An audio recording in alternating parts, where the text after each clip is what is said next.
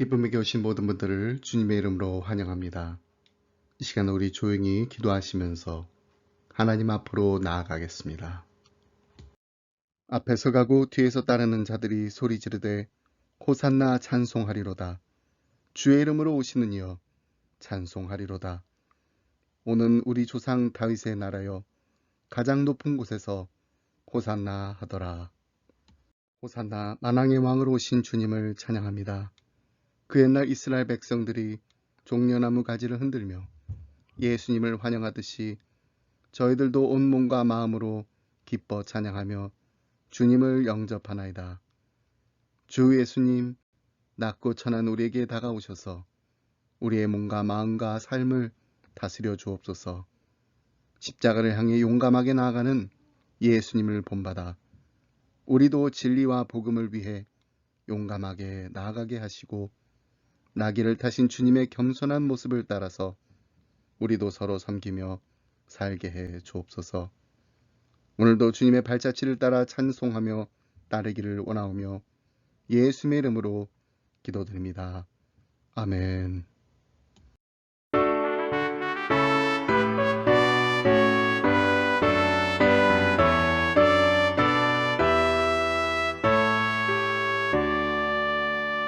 목소리 높여서 주 찬양하여라. 영광과 권세와 존귀와 위엄을 온누리 다스리시는 만왕의 왕께 돌려라.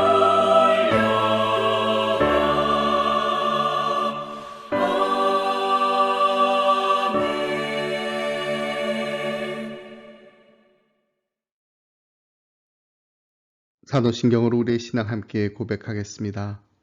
나는 전능하신 아버지 하나님, 천지의 창조주를 믿습니다. 나는 그의 유일하신 아들, 우리 주 예수 그리스도를 믿습니다. 그는 성령으로 잉태되어 동정녀 마리에게서 나시고 본디어 빌라도의 고난을 받아 십자가에 못 박혀 죽으시고 장사된 지 사흘 만에 죽은 자 가운데서 다시 살아나셨으며 하늘에 오르시어 전능하신 아버지 하나님 우편에 앉아 계시다가 거기로부터 살아있는 자와 죽은 자를 심판하러 오십니다. 나는 성령을 믿으며 거룩한 공교회와 성도의 교제와 죄를 용서받는 것과 몸의 부활과 영생을 믿습니다. 아멘.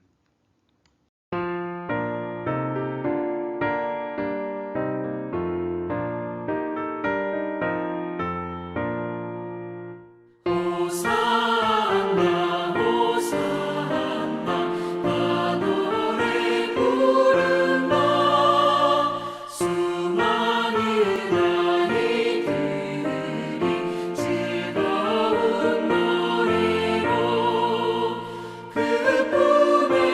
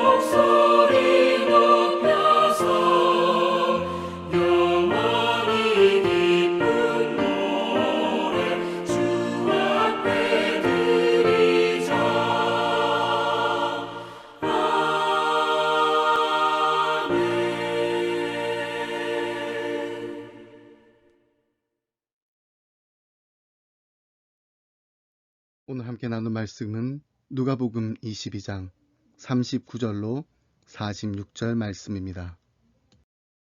예수께서 나가사 습관을 따라 감람산에 가시매 제자들도 따라갔더니 그곳에 이르러 그들에게 이르시되 유혹에 빠지지 않게 기도하라 하시고 그들을 떠나 돌 던질 만큼 가서 무릎을 꿇고 기도하여 이르시되 아버지여 만일 아버지의 뜻이거든 이 잔을 내게서 옮기시옵소서. 그러나 내 원대로 마시옵고 아버지의 원대로 되기를 원하나이다 하시니 천사가 하늘로부터 예수께 나타나 힘을 더하더라. 예수께서 힘쓰고 애써 더욱 간절히 기도하시니 땀이 땅에 떨어지는 핏방울같이 되더라. 기도 후에 일어나 제자들에게 가서 슬픔으로 인하여 잠든 것을 보시고 이르시되 어찌하여 자느냐 시험에 들지 않게 일어나 기도하라 하시니라. 아멘. 오늘은 종려주일입니다. 예수님께서 십자가 죽음을 위해 예루살렘에 입성하신 날을 기념하는 절기입니다. 성경에서 종려나무는 의와 아름다움, 승리 등을 상징합니다. 예수님께서는 이날 나귀를 타시고 예루살렘에 입성하셨으며 많은 사람들이 겉옷을 길에 펴고 종려나무 가지를 흔들면서 호산나 다윗의 자손이여 찬송하리로다. 주의 이름으로 오시는 이여 가장 높은 곳에서 호산나라고 외쳤습니다. 구약 성경 스가랴 9장 9절에 예언된 그대로였으며 그래서 종려주일은 호산나 주일이라 불리기도 합니다. 그리고 내일부터 다음 주 부활주일까지는 고난주간으로 예수님의 십자가의 고난과 죽음을 기념하는 절기입니다. 고난주간을 보내면서 예수님의 십자가의 고난과 죽음이 나에게는 어떤 의미가 있는지 다시 한번 조용히 묵상해보는 기도의 시간을 보내시길 바랍니다. 6월절을 맞아 예루살렘에 입성하신 예수님은 어떤 모습이셨나요? 개선 행진에서 멋진 군마를 타고 들어오는 왕들이나 장군들과 비교했을 때 예수님께서는 어린 나귀를 타고 들어오심으로 겸손한 종으로 오셨음을 우리에게 알려주셨습니다. 그리고 제자들의 발을 닦으시는 예수님의 모습 속에서도 우리가 낮아짐의 섬김으로 서로를 사랑해야 함을 예수님께서는 친히 몸소 보여주셨습니다. 오늘은 예수님의 고뇌의 기대를 통해서 우리가 예수님의 제자로서 어떻게 살아야 하는지에 대해 살펴보고자 합니다. 성경은 우리의 인생의 길에서 만나게 되는 고난은 피할 수 없는 것이라고 가르칩니다. 그것은 믿음을 갖고 사는 성도들에게도 마찬가지입니다. 그래서 예수님께서는 자신을 따르는 제자들에게 세상에서는 너희가 환난을 당하나 담대하라. 내가 세상을 이기었노라고 말씀하셨던 것입니다. 시편 기자는 고난을 사망의 음침한 골짜기를 지나는 경험이라 말했고 베드로 사도는 고난을 불시험이라고 했습니다. 나의 소중한 것을 다 태워버리는 파괴적인 불의 위력처럼 우리의 삶을 위협하는 불같은 시험이 바로 고난입니다. 그래서 베드로 사도가 이렇게 말하지 않았습니까?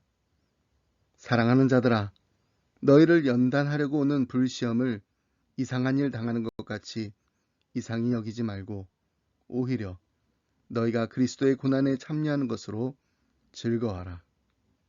예수님의 생애 가운데에서도 아주 특별한 고난의 자리가 있었습니다. 그것은 바로 겟세마네 동산이었습니다. 그것은 어쩌면 십자가의 고난 이상으로 큰 고난의 사건이었을 것입니다. 어떤 무서운 일을 당하는 순간보다도 그런 일을 당하게 될 것을 예감하는 순간에 두려움이 더한 것처럼 말입니다. 마태복음에 보면 예수님께서 이렇게까지 고백하십니다. 내 마음이 매우 고민하여 죽게 되었으니. 겟세마네라는 말의 의미는 기름 짜는 틀이란 뜻입니다. 정확하게 말하면 올리브 나무가 많아 이것으로 기름을 짜는 데서 유래한 명칭으로 생각됩니다. 지금도 예루살렘 감람산의 일부인 겟세마네 동산에 가보면 오랜 세월 자란 8그루의 올리브 나무가 보존되어 있습니다. 그 중에 어떤 것은 2000년이나 된 나무도 있다고 합니다. 이 나무들은 2000년 전 예수님이 이 동산에 찾아 기도하던 역사적 순간의 산 증인이라 할 수 있을 것입니다. 이 정원 바로 옆에는 예수님이 눈물을 흘리시며 바위를 붙들고 기도하시던 그 자리에 세운 만국 교회가 있습니다. 예수님은 여기서 기름을 짜듯이 피와 땀을 흘리며 고뇌하는 한밤의 시간을 보내셨습니다. 우리 주님이 이런 고난을 당하셨다면 그의 제자된 우리의 삶에도 고난이 존재하는 것은 당연합니다. 그렇다면 인생의 특별한 고난을 만날 때 이를 극복하기 위해 우리가 해야 할 일은 무엇인가요? 먼저 우리는 신앙의 길에도 고난이 있다는 사실을 알아야 합니다. 어떤 사람들은 인생의 고난 때문에 예수님을 믿게 되는 사람들이 있습니다. 실제로 예수님을 믿고 고난을 이겨낸 이들도 적지 않습니다. 하지만 또 어떤 사람들은 예수님을 믿기 때문에 고난을 당하는 이들도 있습니다. 참으로 인생의 고난의 색깔은 다양합니다. 그래서 사도 야고보는 내 형제들아 너희가 여러 가지 시험을 당하거든 온전히 기쁘게 여기라고 말했던 것입니다. 우리는 이런 고난을 통해 온전하고 구비하여 조금도 부족함이 없게 하려 함이란 주님의 섭리를 믿을 수 있어야 합니다. 욥은 내가 가는 길을 그가 아시나니 그가 나를 단련하신 후에는 내가 순금같이 되어 나오리라고 했습니다. 역경이나 시련은 우리의 신앙이 진짜냐 가짜냐를 테스트할 수 있는 좋은 기회라고 생각합니다. 참된 신앙은 역경 속에서도 견딥니다. 아니, 역경 속에서 오히려 빛을 발합니다. 하지만 가짜는 역경이 오면 떠나갑니다. 옛날 우리 신앙의 선배들은 어떻게 믿었습니까? 환난과 핍박 속에서도 그 신앙을 견디고 지켰던 우리 믿음의 선배들을 한번 생각해 보십시오. 저는 가끔씩 커피 대신에 차를 마실 때마다 생각나는 이야기가 있습니다. 제가 우리 크리스천이 고난을 겪을 때마다 이런 마음과 각오를 가져야 한다고 말씀드리면서 나눴던 이야기입니다. 모택동으로 인해 중국의 문화혁명이 일어나자 선교사들이 추방명령을 받아 모두 중국을 떠나야 했습니다. 마지막으로 떠나던 선교사 한 분이 제자훈련을 받고 중국교회의 훌륭한 지도자로 자란 중국 목사님과 차를 마시면서 물었습니다. 앞으로 많은 환난과 핍박이 몰려올 텐데 견딜 수 있겠소? 그랬더니 그 중국 목사님이 가만히 차를 바라보면서 말을 잇더랍니다. 선교사님, 차가 뜨겁죠? 그러면서 차 티백을 들었습니다. 이 티백이 뜨거운 물 속에 들어갔다고 해서 그 맛을 잃었나요? 아마도 뜨거운 물 속에서 진짜 맛을 낼 수 있을 것입니다. 두고 보십시오. 저는 이 신앙이 진실이라는 것을 이 환난 속에서 주님 앞에 입증해 보이겠습니다. 그렇습니다. 참된 신앙은 역경을 이깁니다. 역경을 견딜 수가 있습니다. 그러므로 예수님을 따르는 제자들인 우리는 특별히 고난을 당할 수 있다는 마음의 준비가 무엇보다 필요합니다. 사도 베드로도 불시험이 오거든 이상한 일 당하는 것 같이 이상하게 생각하지 말라고 했습니다. 오히려 우리는 신앙생활하면서 아무런 시련과 연단이 없다는 것을 이상하게 생각해야 됩니다. 그래서 한때 영국 교회에서는 예수님을 믿기로 한 초신자들에게 반드시 존 버년의 철로 역정을 읽히게 했다고 합니다. 철로 역정의 주인공 크리스천이 천성에 도달하기까지 얼마나 많은 고난을 겪습니까? 그것을 미리 마음 준비시키기 위해 그 책을 읽게 한 것입니다. 그러므로 여러분, 우리는 각오해야 합니다. 그리스도인도 고난을 피할 수 없다는 사실을 잊지 말고 기억해야 합니다. 우리 모두의 삶에 고난이 있다는 것을 인정해야 합니다. 하지만 예수님을 믿는 우리는 고난의 시간을 그냥 그대로 보내지 않습니다. 예수님의 제자들이니까 당연히 예수님처럼 고난을 보내야 합니다.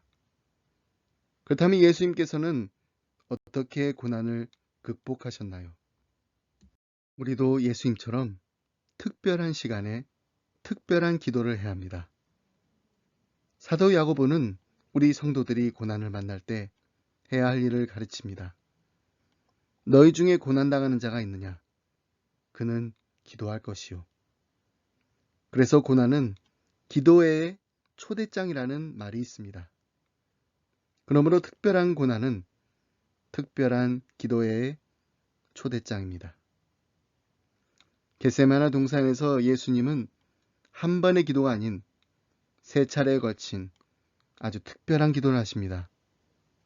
하지만 예수님은 자신의 기도에 동참하지 못하는 제자들로 인하여 안타까워하십니다. 마태복음 26장 40절 말씀을 보면 예수님께서 이렇게까지 말씀하십니다. 너희가 나와 함께한 시간도 이렇게 깨어 있을 수 없더냐. 여러분, 특별한 고난의 때는 더 간절한 기도를 필요로 하는 때입니다. 이날 밤 예수님은 땀방울이 핏방울이 되기까지 기도에 열중하셨다고 합니다.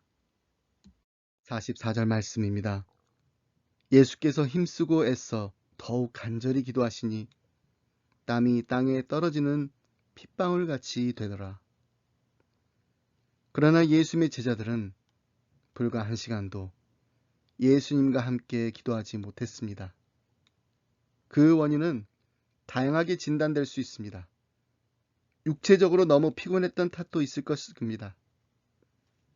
기도를 싫어하는 마귀의 방해도 있었을 것입니다.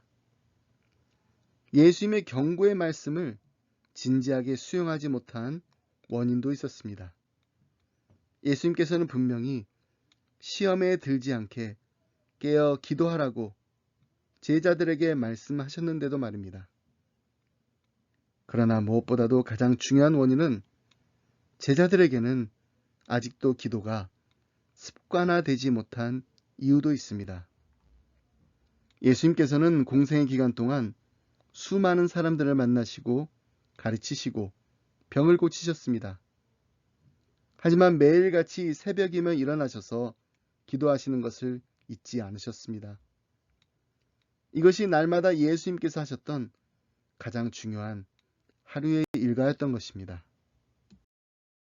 예수님께서는 십자가를 앞두고 처음으로 기도하고자 겟세마네 동산을 찾으신 것이 아닙니다. 예수님께 있어서 기도는 거룩한 습관이었습니다. 그래서 39절 말씀을 보면 예수께서 나가사 습관을 따라 감람산에 가심에 제자들도 따라갔더니라고 한 것입니다. 그런데 오늘 본문에 나오는 기도는 예수님께서 다음날 십자가를 앞두고 계셨기 때문에 더 특별한 기도였습니다. 그리고 이 간절한 기도를 하실 때 천사가 하늘로부터 예수께 나타나 힘을 더하였다라고 누가는 기록하고 있습니다. 이제 예수님의 삶에서 가장 격렬한 싸움이 시작될 것입니다. 골고다의 현실이 순식간에 실현되고 있었기 때문입니다. 밀려오는 파도는 예수님을 위기로 몰아가고 있습니다. 죄 없으신 하나님의 아들이 하나님의 진로에 순순히 휩쓸려 갈 것인가? 아니면 안전한 곳으로 후퇴해 죄인인 우리로 하여금 하나님의 모진 심판을 감당하게 할 것인가? 겟세마네에서 예수님께서는 아버지의 뜻에 순복하는 문제와 씨름하셨으며 이는 골고다에서 육체적으로 겪을 잔혹행위보다 더 큰 고통과 영적 고뇌를 초래했습니다. 이런 겟세마네 그리스도를 미리 내다본 여러 탄식의 시편에서 이 체험이 어떻게 묘사되고 있는지 시편 142편 1절로 4절 말씀 보겠습니다. 내가 소리내어 여호와께 부르짖으며 소리내어 여호와께 간구하는도다. 내가 내 원통함을 그의 앞에 토로하며 내 우환을 그의 앞에 진술하는도다. 내 영이 내 속에서 상할 때에도 주께서 내 길을 아셨나이다. 내가 가는 길에 그들이 나를 잡으려고 올무를 숨겼나이다. 오른쪽을 살펴보소서. 나를 아는 이도 없고 나의 피난처도 없고 내 영혼을 돌보는 이도 없나이다.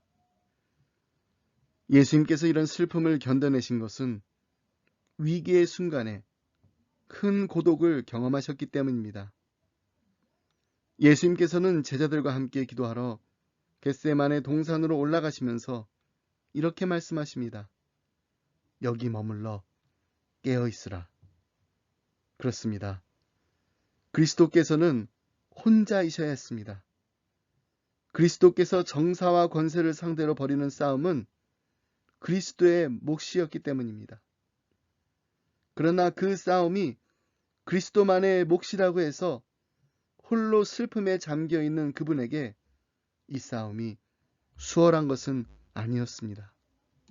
F.L. 놀즈가 슬픔과 기쁨이라는 책에서 예수님의 고난을 이렇게 표현합니다. 기쁨에는 동반자가 있고 슬픔은 혼자 울지. 가나의 잔치에는 손님이 많지만 겟세마네에는 혼자뿐이라네. 여러분, 특별한 고난의 직면에 있다면 그때가 바로 특별한 기도가 필요한 시간입니다. 예수님처럼 하나님 아버지와 나 1대1로 독대하며 드리는 기도, 홀로 씨름하며 드려야 하는 기도가 필요합니다. 그리고 우리가 이 특별한 기도를 드릴 때 하나님께서 특별히 역사하신다는 사실을 분명히 확실히 믿으시길 바랍니다. 우리의 기도를 들으실 뿐만 아니라 들응답하시는 살아계신 하나님, 역사하시는 하나님, 우리와 함께 하시는 하나님께서 우리로 하여금 지금 우리의 인생에 닥친 그리고 우리의 가정이 직면하고 있는 고난과 역경을, 아픔과 슬픔을, 외로움과 원통함을 능히 감당하고 이겨낼 수 있는 힘을 주실 줄 믿습니다.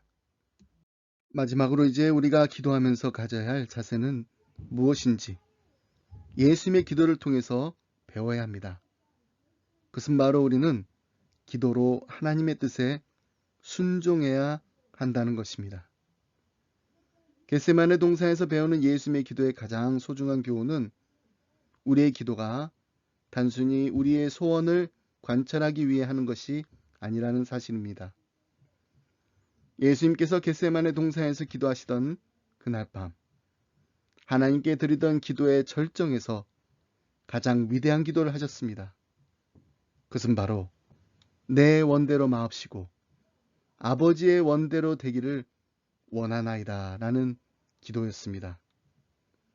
그리고 예수님께서는 이 기도를 마태복음에 보면 3번이나 반복하셨습니다. 자신의 의지를 꺾어 아버지께 드리는 위대한 항복의 순간이었습니다. 만약 예수님께서 이 잔을 내게서 옮기시옵소서라고 아버지께 3번 간청하지 않으셨다면 우리는 예수님께서 인간으로서 하나님의 거룩함에 대한 진정한 인식이 있으셨는지 마땅히 의문을 품을 수 있습니다. 이 세상의 어느 누구도 하나님의 거룩함을 하나님의 아들이신 예수님처럼 이해하지 못합니다. 그런데 이제 예수님께서는 머지않아 하나님의 거룩함에 따른 진로를 철저히 경험하게 될 것입니다. 죄 없으신 예수님께서는 영원전부터 그리고 태어나시던 때부터 언제나 아버지의 미소와 은총만 아실 뿐이었고 그분과 사랑이 넘치는 교통만을 누려오셨습니다.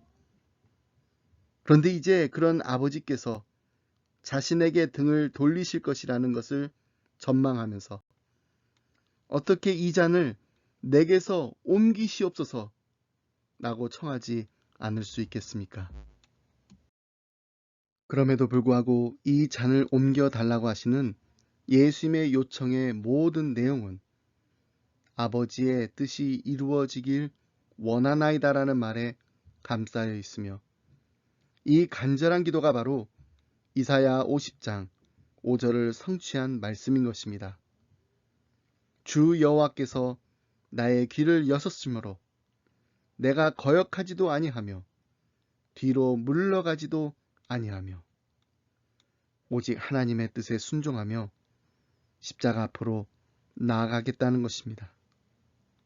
사도 바울은 하나님 아버지의 뜻만이 선하시고 기뻐할 만하시고 온전하신 뜻이라고 말했습니다.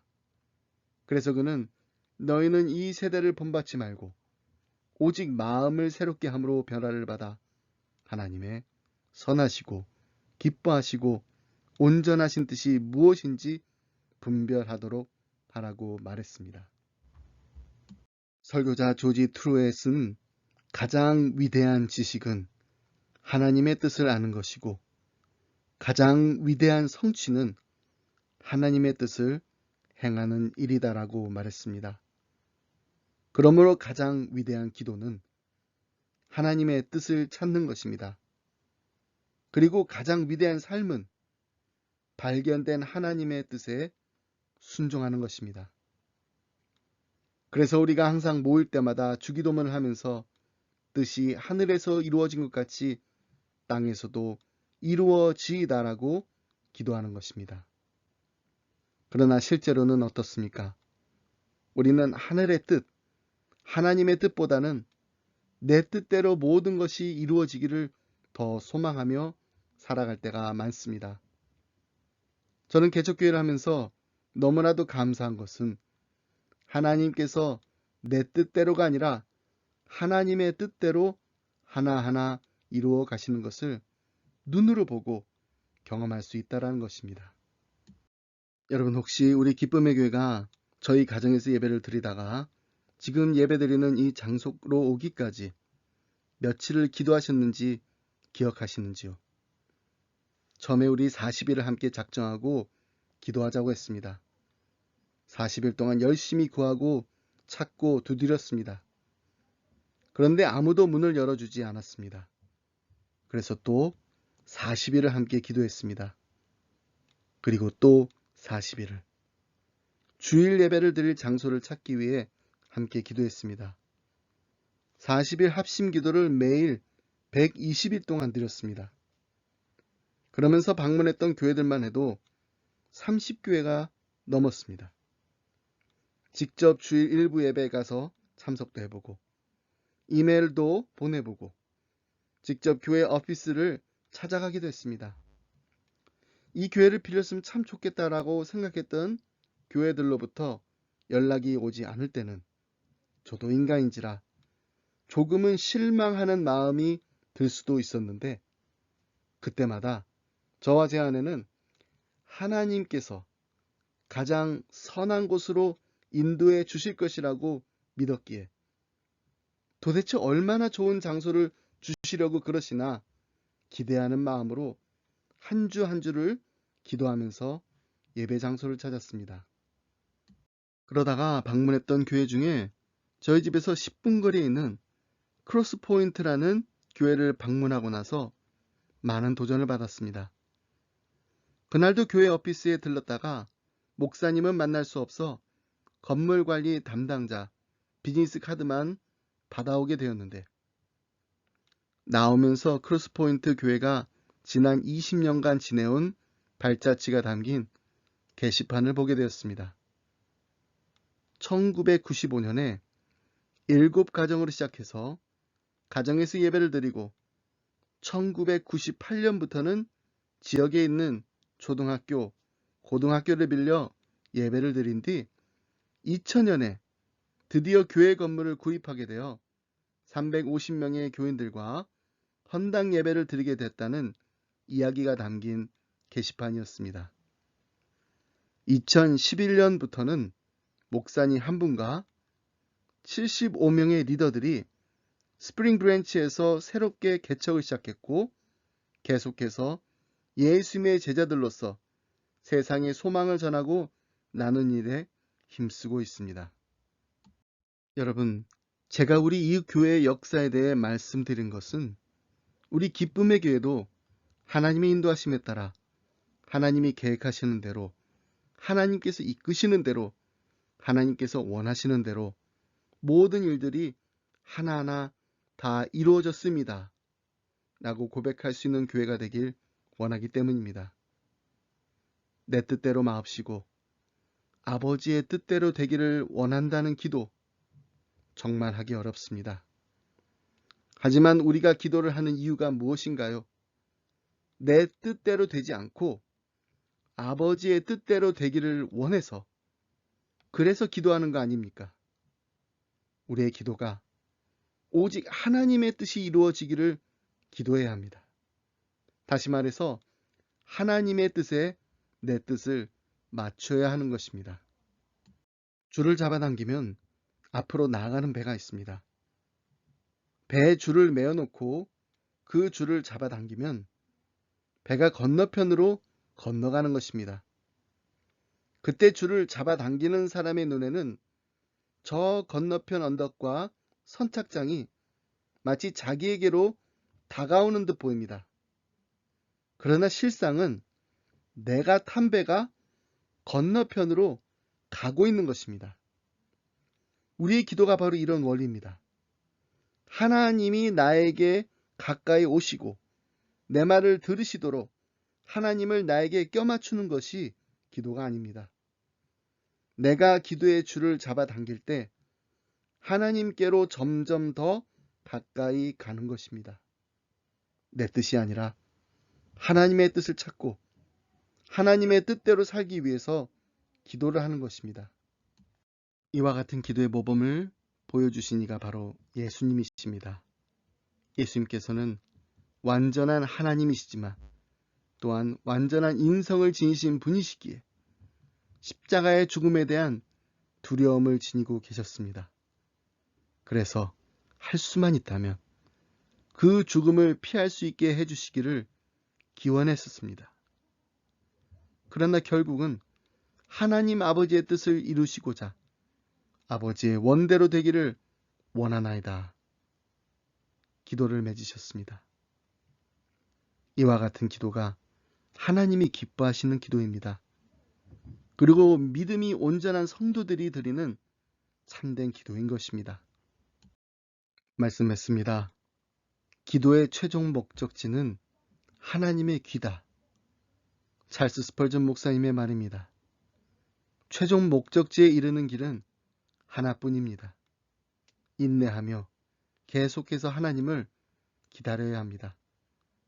그리고 마음을 하나님께 쏟아붓고 하나님께서 우리에게 말씀하시게 해야 합니다. 여러분, 기도의 최종 목적지가 하나님의 귀라면 기도의 최종 목적은 무엇인가요? 바로 오늘의 본문 말씀에서 예수님께서 우리에게 보여주신 기도의 본입니다. 기도의 최종 목적은 하나님의 뜻을 이루는 것입니다.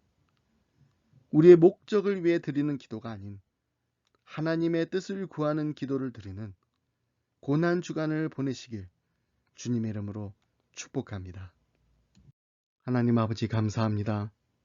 사순절을 보내면서 우리를 향하신 하나님 아버지의 그 크신 사랑을 다시금 깨닫게 하시며 이제 고난 주간을 맞이하여 예수 그리스도의 십자가의 고난에 동참하는 예수님의 제자의 삶을 다시 한번 묵상하게 하시니 감사합니다. 우리 인생에 만나게 되는 고난과 역경의 시간 속에서 하나님의 특별한 은혜가 있기를 간절히 소원합니다. 기도하면서 우리를 위로하시는 하나님의 따뜻한 손길을 체험하게 하시며 하나님의 뜻을 찾아가게 되는 기쁨을 누리게 하여 주옵소서. 사랑하는 우리의 자녀들이 기도의 용사들이 될 수 있도록 먼저 부모된 우리가 기도의 본을 보이는 기도의 사람들이 되게 하여 주옵소서. 그리고 우리의 기도가 우리 가족과 우리 교회만 머무는 교회가 아니라 미국을 위해서, 한국을 위해서, 열방을 위해서 기도하는 기도의 지경을 넓혀지는 우리 기쁨의 교회가 되게 하여 주옵소서. 이 모든 말씀 우리의 왕이시요 구세주이신 예수님의 이름으로 기도드립니다. 아멘.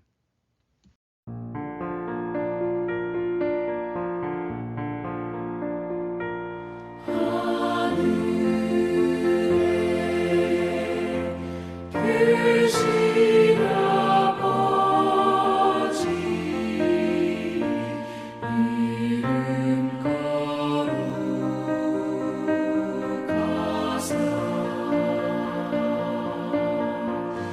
주님 나라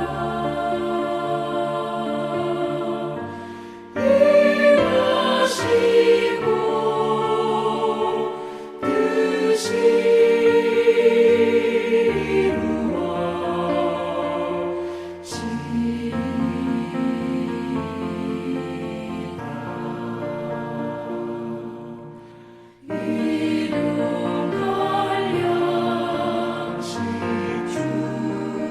뜻이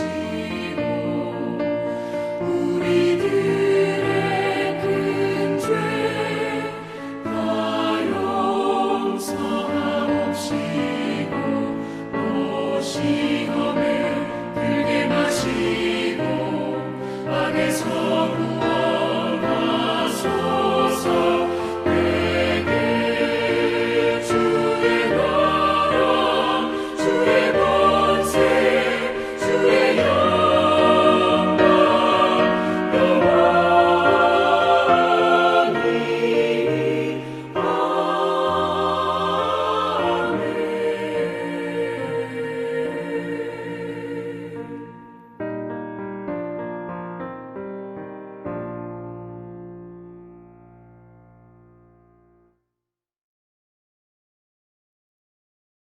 이제는 우리 주 예수 그리스도의 은혜와 하나님 아버지의 그 크신 사랑과 성령님의 감동감화 교통하심이 하나님 고난과 역경 속에서도 하나님만 바라보게 하여 주옵소서.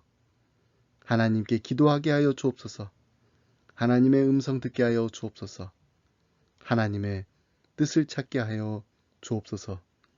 간절한 마음으로 기도하며 이 자를 떠나는 사랑하는 성도님들과 가정과 생업 위에 그리고 주님의 몸된 교회 위에 지금부터 영원토록 함께 하시길 간절히 축원하옵나이다.